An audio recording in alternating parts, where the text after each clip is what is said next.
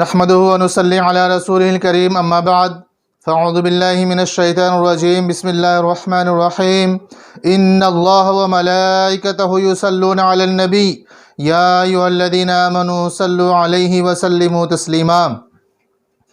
السلام علیکم ناظرین، آج میں آپ کے سامنے درود شریف کے فضائل پہ چند باتیں عرض کروں گا۔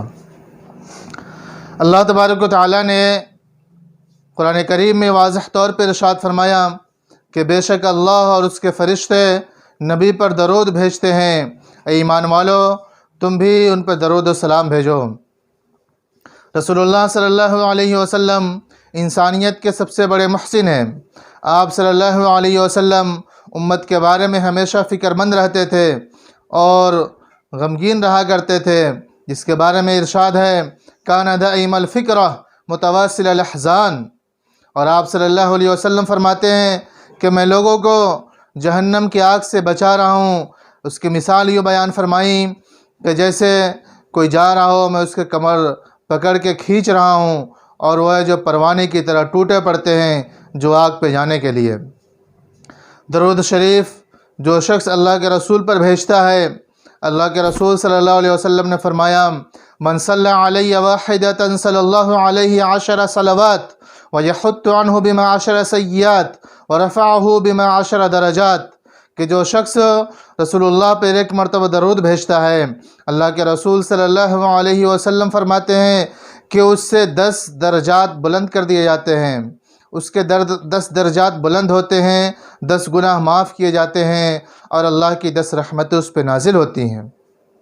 اسی طرح آپ صلی اللہ علیہ وسلم نے فرمایا من صلی علی 100 کتب اللہ بین عینیہ براءۃ من النفاق وبراءۃ من النار واسکنہ اللہ یوم القیامۃ مع الشہداء، کہ جو شخص رسول اللہ صلی اللہ علیہ وسلم پر 100 مرتبہ درود بھیجے گا، اللہ تعالیٰ اس کے دونوں آنکھوں کے درمیان لکھ دیتے ہیں نفاق سے برات، جہنم کی آگ سے برات، اور اللہ تعالیٰ قیامت کے دن شہداء کے ساتھ اس کو رکھیں گے، اس کو ٹھکانہ دیں گے۔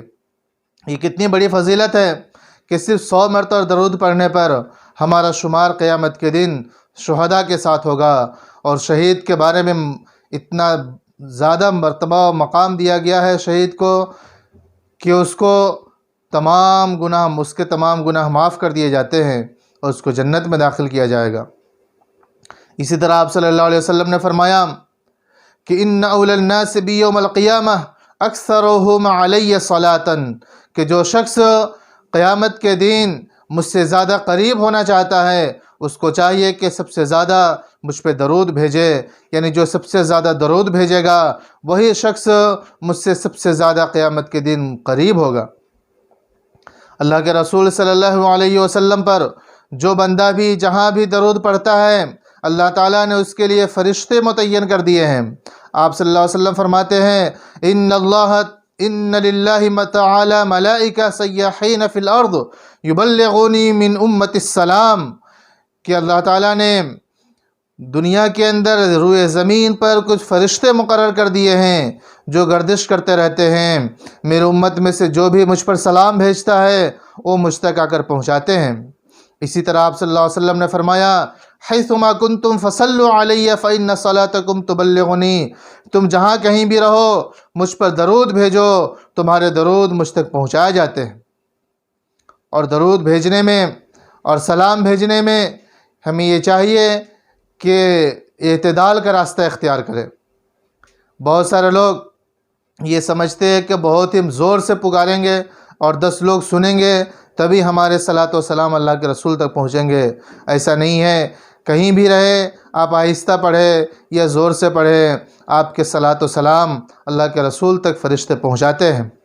حدیث میں آیا کہ جو بندہ رسول اللہ صلی اللہ علیہ وسلم کے روضہ اطہر پہ جا کے سلام پڑھتا ہے، بھیجتا ہے یا درود پڑھتا ہے، اللہ کے رسول فرماتے ہیں کہ میں خود اس کو سنتا ہوں اور میں اس کا جواب دیتا ہوں۔ دکھ اور پریشانی کے اندر بھی جب بندہ درود کی کثرت کرتا ہے، اللہ تعالیٰ اس کی برکت سے اس کے مصائب و پریشانیوں کو دور کر دیتے ہیں۔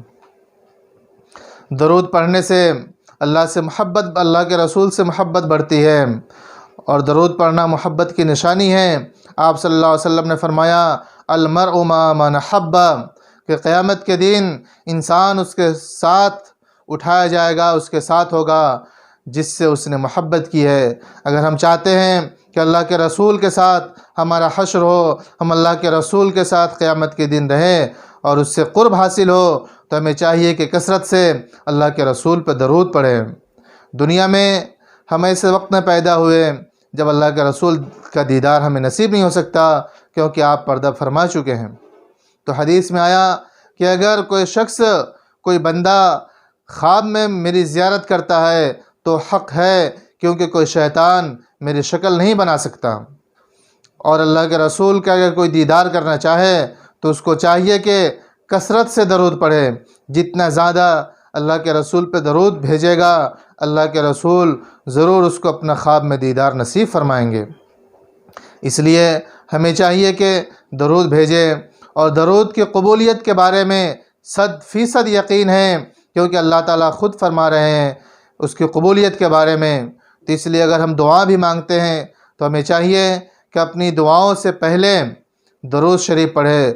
درود پڑھنے کے بعد پھر اپنے جو ضروریات ہیں، جو مانگنا ہے، اللہ سے مانگے، اللہ کے خزانے میں کمی نہیں ہے۔ پھر جب وہ مانگ چکے اس کے بعد بھی درود پڑھے، اس کے بعد اپنی دعا کا اختتام کرے۔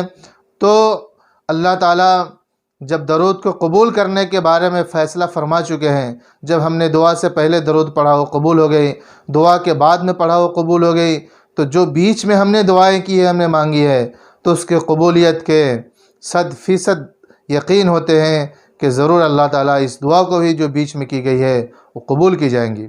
تو لہٰذا ہمیں چاہیے کہ نبی صلی اللہ علیہ وسلم پر کثرت سے درود پڑھے۔ اللہ تعالیٰ ہم اس کی توفیق عطا فرمائیں۔